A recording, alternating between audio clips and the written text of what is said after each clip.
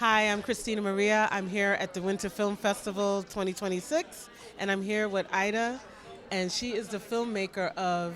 237 degrees Celsius. Hi, Ida. Nice to meet you. Hi, nice to meet you. So tell the audience about your film and how you started and what inspired you to do this film. Of course.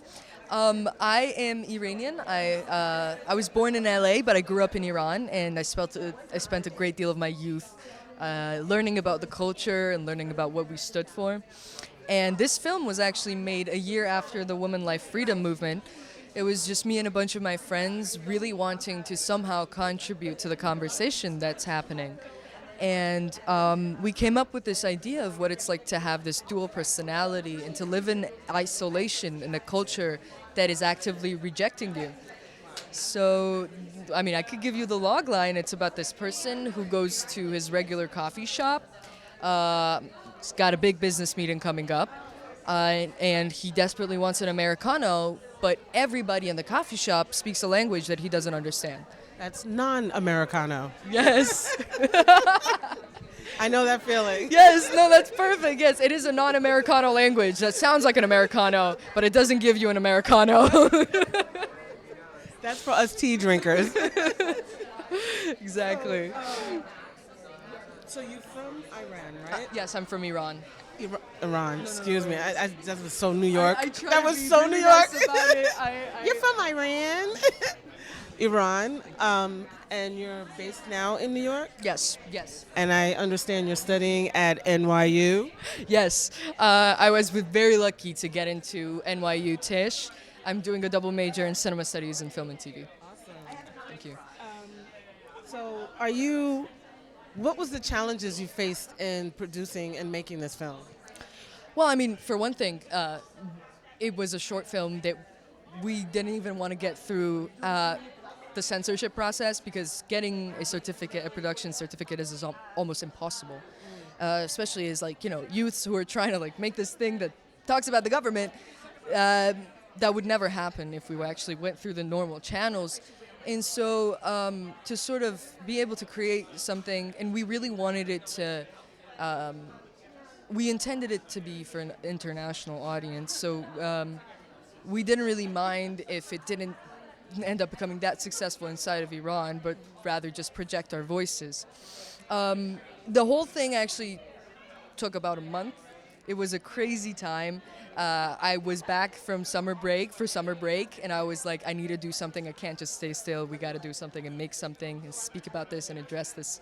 And it had to be Iran because that's where you go to understand what's happening with your people.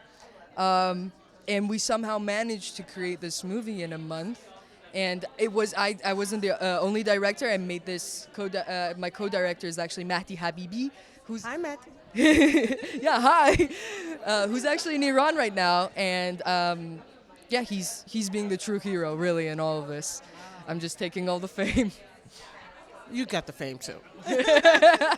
I should have printed out a photo of him and be like, yeah. But you're in our hearts. Yes, you are. So what are you working on now? I'm actually working on a archival project right now. I'm hoping to be able to create a piece that has photos that I took from the Iranian Bazaar in Tajish Bazaar in 2023, before the Mahsa Amini movement. And I think I was very lucky to be able to get a lot of footage from that time, and I'm trying to put it together in a documentary-esque photo roman and try to give an understanding of the atmosphere of what it's like to be there. Wow, this is awesome for an NYU student. That's really sweet of you, thank you. Do you have any advice for other filmmakers who are trying to make a film? Make it. That's all I have to say. Just it's hard. There's going to be a lot of self-criticism, and I know I really take it very difficult on myself, and there are going to be people who will support you and who won't. But I think it's important to get things made because, frankly, in this business, that's the only way to learn. What's one inspiration that comes to mind, one word or quote that inspired you to step into this industry, or what I would like to say, your purpose? Actually, I think it became clear after the Mahsa Amini movement, because up to then I perceived myself as a foreigner in my own country. Yeah, but when I saw what the people did and actually who the people were and how much we are actually able to unite for something that is so, rudimentary as like women's right. It's something that we assume is something that we can get in today's day and age. But when I realized actually how many people we were, I realized that that's something that I want to dedicate my time to. And I saw the world through film. That's how I learned to dream. That's how I learned what I love most about the world is. Awesome. So tell the audience where they can find you and your film and learn more about future projects that you're going to be working on. Yes, of course. My Instagram handle actually is not bored yet. Are you? Please follow me. I did not choose that name. I'm so sorry. Not bored This yet. could be a really funny clip of me now in the internet. But yeah, that's my Instagram handle. I do have a website, but it's on my Instagram, so just find that and you're set. Awesome. And how's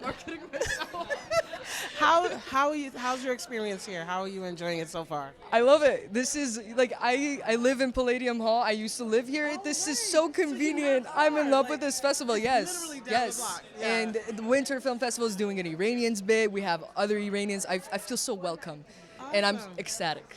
Awesome. Well, it was a pleasure thank to you meet so you. much. It's not Aida, it's Ida. I just learned that today. But it's a pleasure meeting you and pleasure speaking with you. Time. I really appreciate Thank you. Hi, I'm ChristinaMaria. I'm here at the Winter Film Festival 2026, and I'm here with Judy, who is... Hi, I'm Judy Balkin, and I'm chairwoman of the NYU Arts and Entertainment Network, which has 7,000 people in the industry, and my job is to help them get to the next level in their career.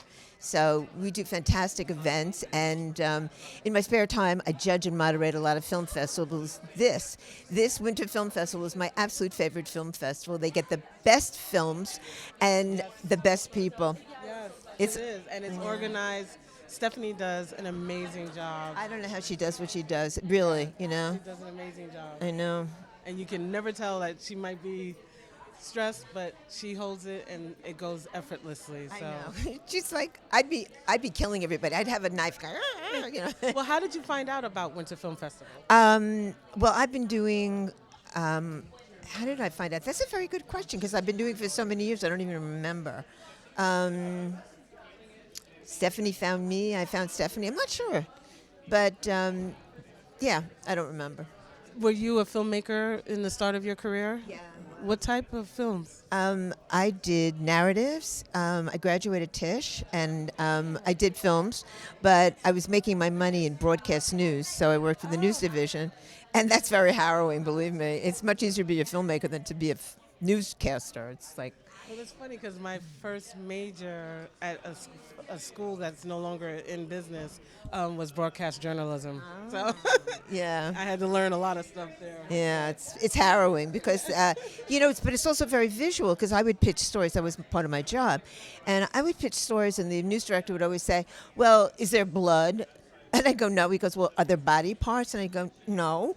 And he'd go, "Well, then what do we want to do it for?" Because it's so visual. They only want to do things where the people are, where Depressing. yes, where Depressing. people are being killed or or being beaten. It's terrible. It really kills your soul. Yeah. So I had to get Just out. like the news today. Yeah, exactly. Pretty much. I know. I think we should put a news station on that's nothing but good news. Right. Like 24 hours of good news, and I'd be so happy. But So I'm sorry. How's your experience here so far? Like, have you enjoyed it? Were you at the opening night party last yes, night? I was. How was it for you? It's fun. I never miss a good party. My feeling is, when people want to be my friend, the first thing I say is, "Oh, well, why don't we meet for drinks?" "Oh, you don't drink." "Oh, well, how about let's go out and have a nice big thick steak." "Oh, you don't eat meat." I go, "We can't be friends, sorry." Oh boy. Well, you're having a great time. I hope to see you at the award ceremony, which is Sunday. So I'm looking forward to seeing you there. It's a pleasure talking to you. Thank you. It was a pleasure meeting you. Thank you. Same here. Kind of. It's I kind of. Ali? No, it's the. No, your name. Hi, I'm ChristinaMaria. I'm here at the Winter Film Festival 2026. I'm here with Ali Rizm, Ali Reza. Ali Rizm, Sharif. and he's a filmmaker of a film that he has entered into the film festival called The Gentleman. Yes. Hi, Ali. Nice to see you again. I interviewed him last year, so it's so exciting and happy to see you again this year. How are you doing? And tell us about your film. Thank you so much. I'm so proud to participate in this festival again for the second time. And honestly, I'm as an Iranian. We all Iranian. We are not very well at this moment, and because of the massacre happened in Iran. Again, I have to say that more than 40,000 people died in just. Actually, they killed by the Islamic regime in Iran, and they want to change the regime. And it's a very hard time for all of us to see Iranian people from distance, from far, and it's honestly it's a hard time for me. And I wanted to just talk about this in everywhere that I can. I hope that people, international artists, can see this video and understand what's happening in Iran. And because I feel that media doesn't support, doesn't cover that much, it's They they, do a blurb. yeah, they killed this amount just in 2 days, and we don't have exact number how much people died. But if I want to just talk about my film, The Gentleman, it's a 10-11 minutes film that I had to, I make it as a directing assignment for my university. I'm studying at Columbia, and in first semester I had to make a film, and I made this film. It's a silent film without dialogue, and it's about a double life that people has it in their lives, and I wanted to show that it's basically it's about an office worker that beneath his polished and masculine exterior there is a world of desire and transformation, and and and he only revealed it in private. This is an idea, and I just wanted to show this double life. And So, what was your inspiration to make this film besides? What was your inspiration? it's hard. Maybe a short story. A few years ago, I read a book from Kiarostami, and he told a short story about the absurdity of a life, the circle of the life, circle of daily life that all of us have. And this story is about this: a gentleman who usually wear a office worker with suit, with a masculine outfit, and we are with this character and see him that goes to his home walking in the street, and then at a point we see that he has a secret, but at the end he has to transform again, change himself to and wear mask and become again that gentleman, that office worker. I just want to show this absurdity, this circle of life. Did you have any challenges with making this film? Yeah, actually at that time, because I just moved to New York, I didn't know anyone. I made this film with a few crew, 4 or 5 crew, and I just had 200 budget, and so it's I think super low budget. $200? Wow. This film was made at that time because I didn't know anyone, and I just have I made this film with nothing, actually, honestly, and I wanted to just explore and make it as an exercise. Well, this is inspiring. So, what advice would you give up and coming filmmakers, and also tell the audience where they can find you and learn more about The Gentleman? Actually, I feel that if you would really like to make a film and you have passion for it, I think you should go for it and make it with whatever you have. If you have a phone, if you just have a whatever you have, you can make a film, and don't put pressure that much on yourself. There is no rule that what to do, what not to do. Whatever you feel, you're confident, you feel that it's the best, you can make it, and don't put pressure. And I think just you need to know your characters and feel comfortable with it. I think this is the only thing. I just want to just make movies. This is and yeah. What was the other question? Where can they find you and learn more about the film and future projects? At this moment, maybe my social media Instagram page. My Instagram page is Sharifi Alireza 78. Yeah, I usually post about my projects on it, or yeah. And now I'm working on to create a website, but at this moment I just have a Instagram page. This is And you're having a good time? yeah, great. Yeah, it's like Thank you. It's always great to see you again. Thank you. And excited Thanks for to having be able to interview you. thank you again. Talk to you soon. Hi, my name is Viktoriia, and we are at Winter Film Festival. And here we have. James Asturias? So, can you please tell us a little bit more about your project? Sure. I'm here because of a music video I did for the band Reason and Impulse. The song is called Disappear. And this was animated by Cola Animation, led by Ala Nunu, the lead animator. So that's what we're here for today. Nice. Can you please tell us what was your favorite part of making this project? Sure. Let's see. The song itself is kind of a complicated subject material. It's about facing a problem that's larger than yourself. There's a lot of times where you feel like a problem is bigger than you know how to solve. And so I wanted to take another look at the intentions and motivations that come with suicidal ideation and self-harm, because I think so often we don't actually want to harm ourselves. What we really want is just a sense of power. And I think that this really just stems from when you feel like a problem is so large that you can't solve it, you feel like you still have the power to choose if you're going to be there to face it or not. But really, for so many of us, it's not that we don't want to be there to face it, we just don't know any other options. What a smart way to put it. I'm really obsessed.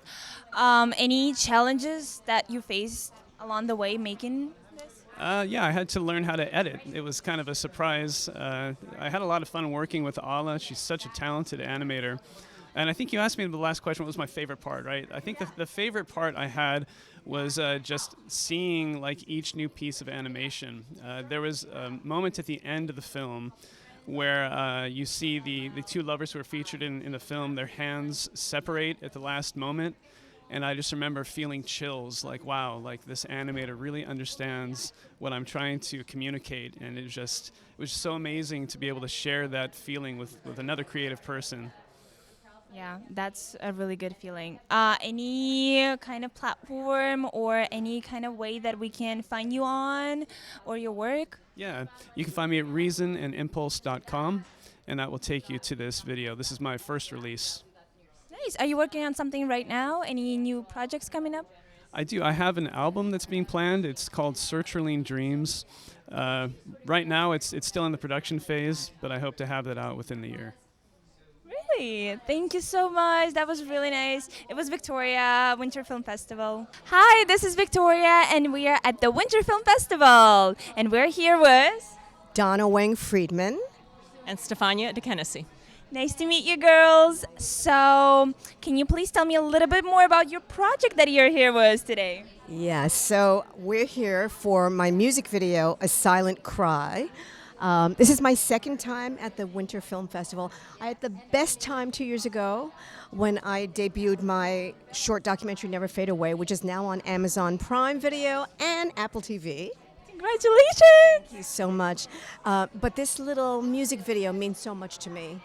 And I actually made it because of the music. The music inspired me to create the story, and Stefania is the composer of the music.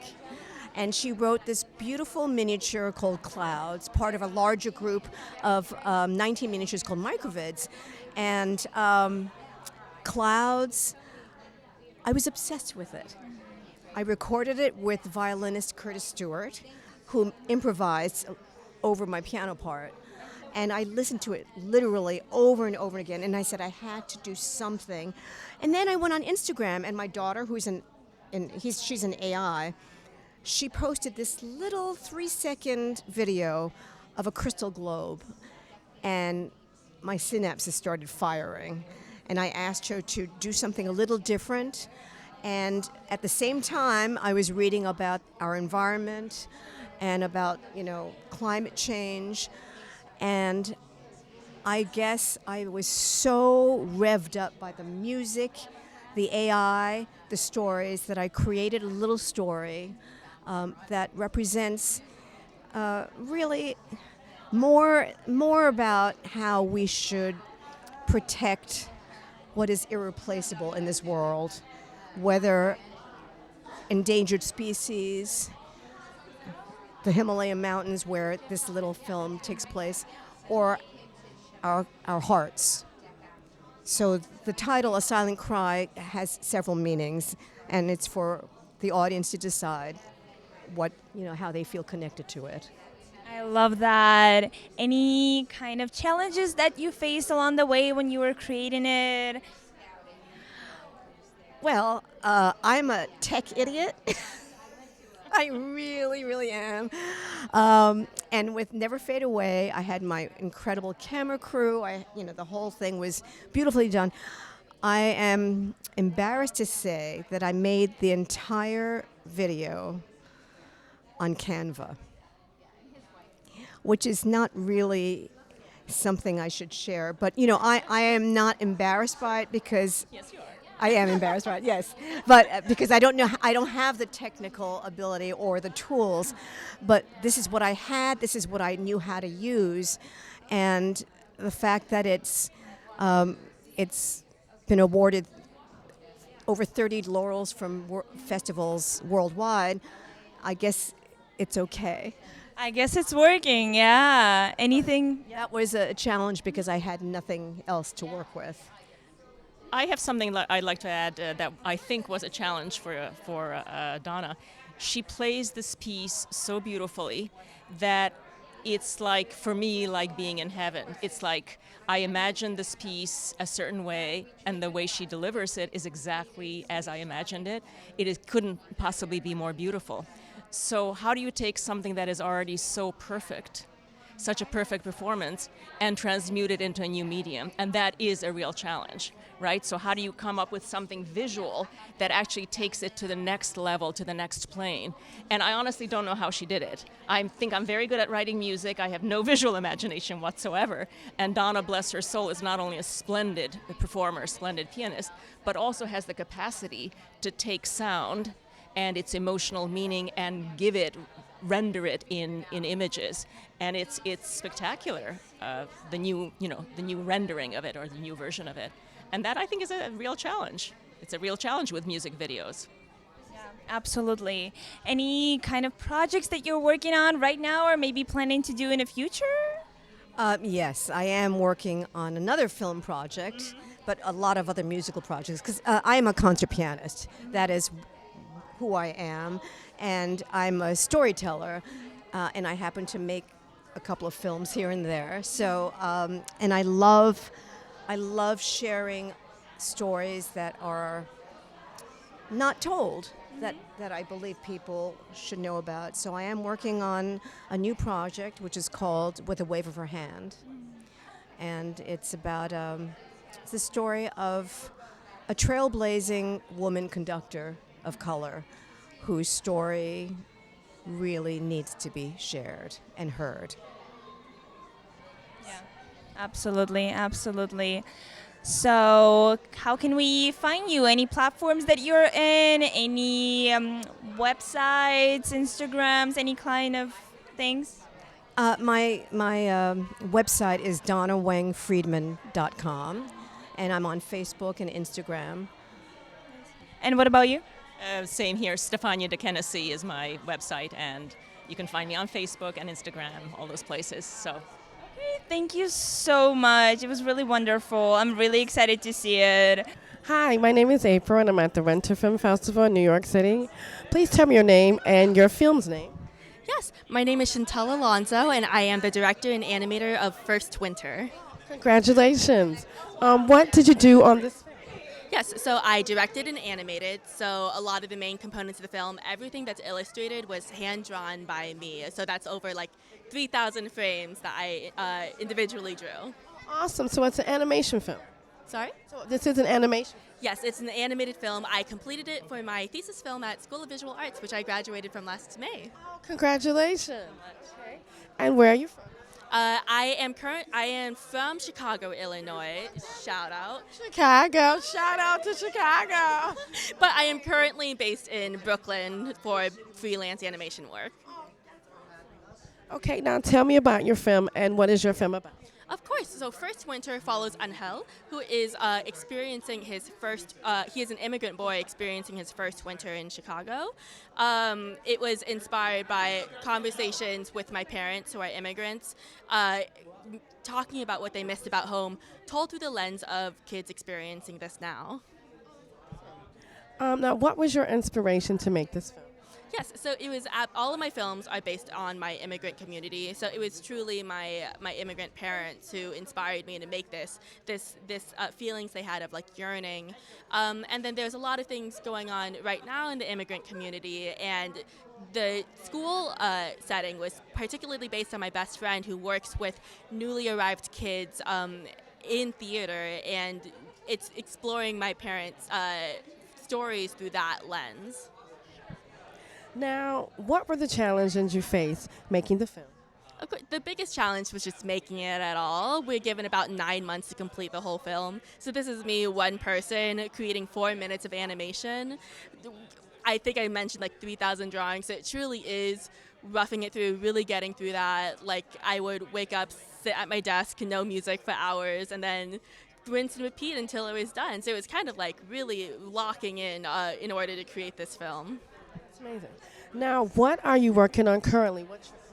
Yes, so currently I am working on an adaptation of a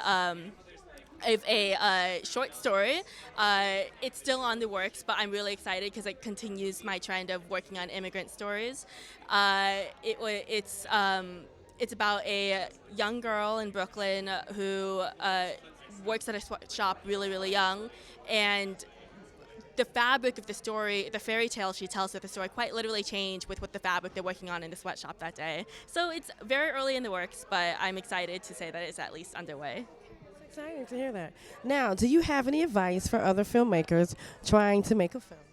Of course. There is definitely, I say, a value to learning structures. You kind of learn the rules before you break it. But at the root of everything you make is your desire to want to make anything at all. Your ideas don't exist until they're out of your head. So just making something and completing it at all is such a huge feat and will make it so much easier to move on to the next thing. Awesome. Now, how can people find out more about you and your work? Can we follow you on Instagram, Twitter? Absolutely. So you can find me on Instagram, Mishipiku, MISHIPIKU. I'm an artist, so I just post a lot of my art there. That's where you could also find out about my previous films. First Winter was my 6th one. So you can find out about all the animations and future projects I'm working on there too. It is a very surprising and rewarding accomplishment from one Chicagoan to another Chicagoan. Shout out to Chicago and to the world of animation. Okay, thank you so much. Hi, this is Viktoriia, and we are at the Winter Film Festival, and I'm here with Nancy Negrand. Ben Goals. Nice to meet you. Can you please tell me a little bit about your project that you're here with tonight? Yes, we have a short narrative film called Morning Vigil. I produced, and Ben was the cinematographer. It's a Victorian piece, like a period piece, kind of a spooky, atmospheric short about a pair of siblings mourning the passing of their mom. I'm absolutely obsessed. I'm so excited to watch it. Anything you want to share? Oh, it was a really exciting experience to make. We spent a lot of time on the visuals. It was meant to look like a Dutch painting. So we did all of these crazy things to sort of smear the image and make it look kind of anachronistic and otherworldly and from another time. We had pantyhose on the back of the lens to like blur the image a little bit and like smear the highlights. And this is a little bit nerdy, but I said I wasn't sure if I should talk about it, but okay, so inside of the lens, there's this point called the rear nodal point, which is like the point from which all of the perspective of the image is centered. So we built a lambda head, like a 3-axis tripod head around the camera, so that when it panned and tilted, every movement was around that point within the lens. And we wanted it to have this painterly storybook quality. So every time the camera kind of slowly pans or zooms or tilts or even rolls, 360. Yeah, 360. Like there is no parallax shift in the image. So things in the foreground and the background stay in one place. It has like a very eerie, sort of unusual vibe about it. And we shot the whole thing in a museum too. So it was just a crazy experience, just bringing a lot of heavy equipment into a very delicate place. Yes. It was tons of fun. You have to be careful with that. Is this your first time working together? Yeah, the two of us. Had you worked with David before? Only in the capacity of AD. He AD'd a short that I shot during the pandemic, and then we had a great experience working together, and then we interviewed and ended up working together on this. How about you? David Meyer, who's the writer-director, I had been in one of his films before as an actor. Yeah, a while back, and so then he knew I was producing and approached me, and I said, yeah, sure, I would love to work with you again. So yeah, take every opportunity you can. Any like memorable or like favorite moment from the production, pre-production, anything? You want to go? No, please. I think for me, it is the museum. Yeah. We were in a historical house in Queens, and it was very beautiful, and they gave us access to their sort of archival rooms where we could go in and like pick out like Victorian knickknacks and paintings that we wanted to use. So they were incredibly generous with us, and it was a really, really great, cool experience. Was it like a museum in US or in New York? It's in Queens, Kings Manor Museum. Oh, right. Yeah. And I can't remember what neighborhood. Do you remember? Is it? I just got out. You got to when the look van it up. Arrived at the location. Yes, fair. You got to look it up. You got to go visit. Yeah, it was very cool. And there was the wallpaper. And, oh my gosh, yeah. We're in a historical house, and our production designer used wallpaper on the walls, removable. Yeah. Oh, okay. Well, but you don't know that it's going to be removable after 48 hours until you go through 48 hours and find out whether or not it peels off the wall. Very, very anxiety provoking for me. But it did. It peeled right off just like she said it would. Thank God. And it looked incredible. The whole thing is very beautiful. The production design, the costume design, and the cinematography. The film is gorgeous. You made it possible for us to do that. I remember begging for wallpaper, and I was also begging to bring all this heavy equipment up the stairs. And I don't know if I made your life easy, but I'm certainly grateful for the hard work that you did. It was a great team. It was a really great team. Yeah. Any like coming up projects that you're working on? Want to work in the future? I'm also an actor, and so you're going to see me later this year on a new Peacock series. Congratulations! Thank you very much. It's a prequel to Friday the 13th. It's going to be really fun. Oh, that's really exciting. What about you? Oh, I have a few other projects in development right now, and then just shot a short at the end of last year that's in post-production, and just seeing off color on a couple of projects as they come out soon. As the DP, I'm not self-promoting things, so I don't know exactly what I can talk about for these projects yet. But yeah, there's some exciting stuff coming. I have to say, I'm about to make my directorial debut. Oh, Yeah, it's very exciting. So yeah, Exclusive. in May, we're shooting in May. The script is it's called Gorgeous as You Are, and we won a script writing competition. I'm not the writer. Keaton Morristan is the writer, but we're shooting in Waco, Texas. Oh my God! Yes, thank you, thank you. I'm really looking forward to it. So it's my first time. I've directed theater before, but never film. So yeah. I got you. Well, do you have any platform, any website, any Instagram that we can look you up at? Yeah, you can definitely find me on Instagram, Nancy Nagrant, NancyNagrantNYC. That's my handle. And you can have a look at my work on my Instagram. It's at bengoelz, GOELZ.DP. Okay, thank you so much. It was really nice having you. I'm really excited. Hi, I'm ChristinaMaria. I'm here at the Winter Film Festival here in New York City. I'm here with Ryan, Tina, and Ashley. Hi, everyone. Tell us about your film and what inspired you. So I'm Ryan. I'm the writer-director of The Binding, which is a ticking clock supernatural thriller we're screening here in the Horror Blocks. It's sort of, it takes place in the aftermath of a failed exorcism, and it's the lengths that a father will go to kind of take vengeance on a demon that did something pretty horrible. Wow. Yeah. And Tina, what about you? What was your part in the film?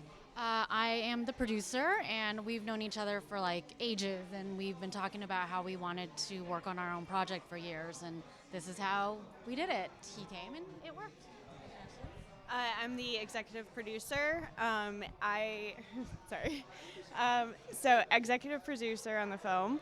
Brian's my husband, actually. So yeah. So a lot of late nights, doing a lot of creative aspects of the work, helping with the funding organization, just kind of like filling in wherever I could. Awesome.